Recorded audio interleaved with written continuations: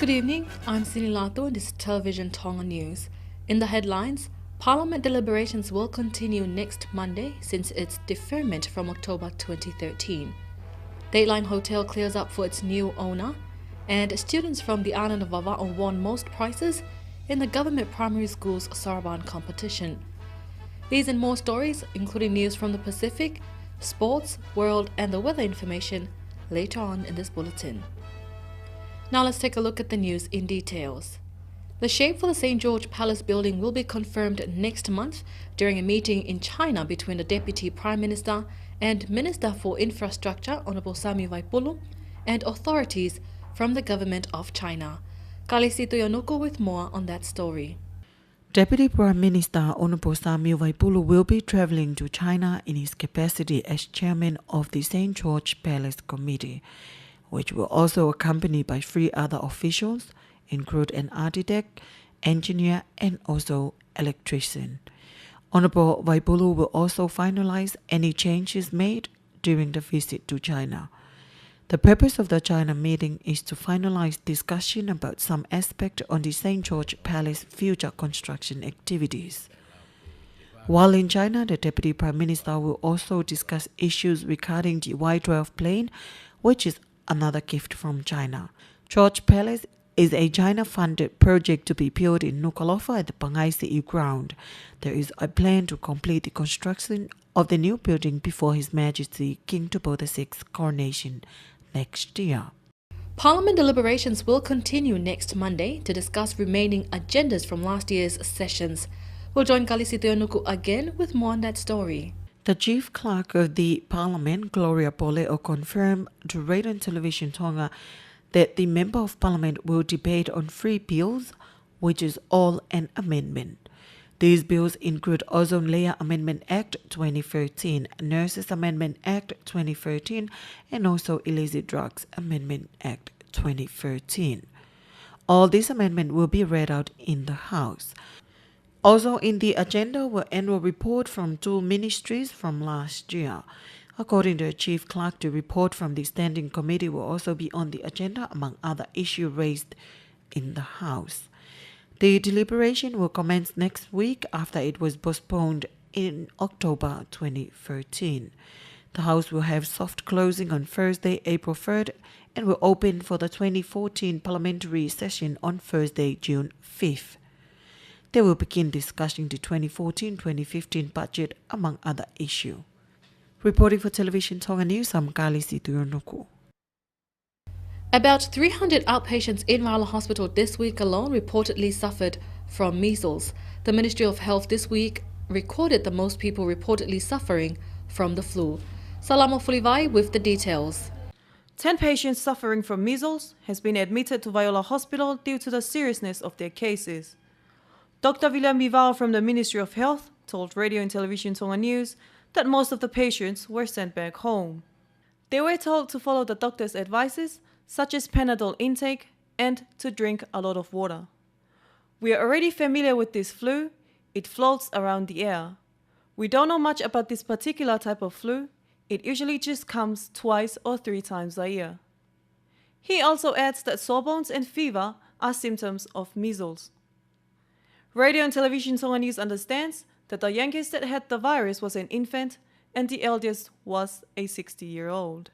Meanwhile, Dr. Val calls on the public to beware when in a crowd, especially if you have the disease or have the symptoms of measles, to avoid spreading it. For Television Tonga News, I'm Salamo Fulivai. The closing of Dateline Hotel is part of a clear-up before it's handed over to the new owner. The Honourable Minister of Finance and National Planning, Dr. Aisake Valueke, told Radio Tonga News that there is a committee working on the arrangements concerning Dateline Hotel. It includes the Secretary of Finance, Tatafu Moyaki, and the Solicitor General, Aminya Sikefu, amongst others. Further details is yet to be received from the Secretary of Finance as he is not available. Meanwhile, Radio and Television Tonga News understands that the Tanoa Group was in Tonga to discuss its interest on buying the Dateline Hotel. The Noa Group owns hotels in the region, including Fiji and Samoa. Tonga Post is funding for its own renovation works at the post office in Nuku'alofa from a 500,000 pa'anga loan. The purpose of the renovation work is to help improve the company's operations. The chairman of the board of directors for the post office, Tapu Panove, told Radio Tonga News and Television Tonga News that although Tonga Post is running at a loss, still they can manage to secure a loan. The renovations are being funded by a loan that Tonga Post has taken out. It's about 520,000 panga, and that is secured by tenancy agreements we've signed up with tenants who will move into the post office once the renovations are done. He adds that they've had interested tenants who signed agreements to rent some of the offices once renovation work is complete around mid-May or early June. Downstairs, we're renovating all the downstairs and upstairs and putting in new tenants that will draw more foot traffic into the post office. At the same time, we'll have a new post print shop downstairs for people to come and, bubble wrap, all those things that you sort of associate with post shops overseas. We're going to offer that locally as well. So really it's just to, revamp the operations and at the same time make our services more convenient, better for people. Mr. Panuve adds that Tonga Print and Tonga Post has started operating together in Valoloa. Meanwhile, works are still underway with regards to sending mails straight to homes here in Tonga. 12 young men who were accused of starting school brawls based on Apifo'o College and Liahona High School has been adjourned. They appeared at the magistrate court this morning. The 12 young men were released on bail under certain conditions. They will reappear in magistrate court in May 16th. Anasiu Falikauno with that report.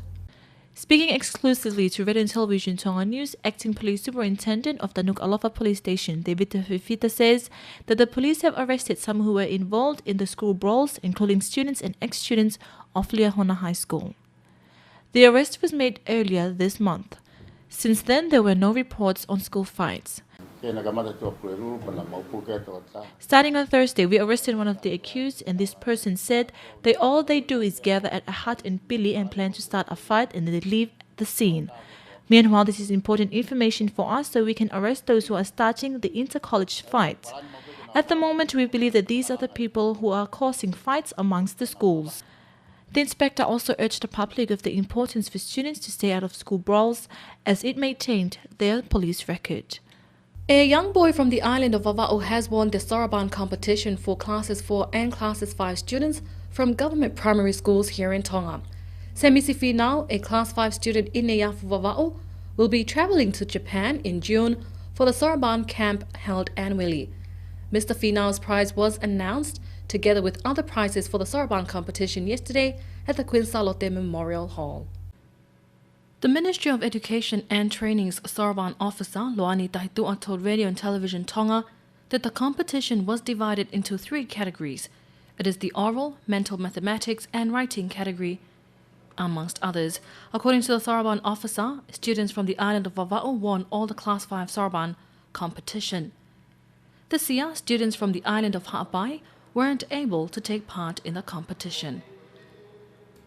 And that's the local news. Stay tuned for more news with Television Tonga News from around the region.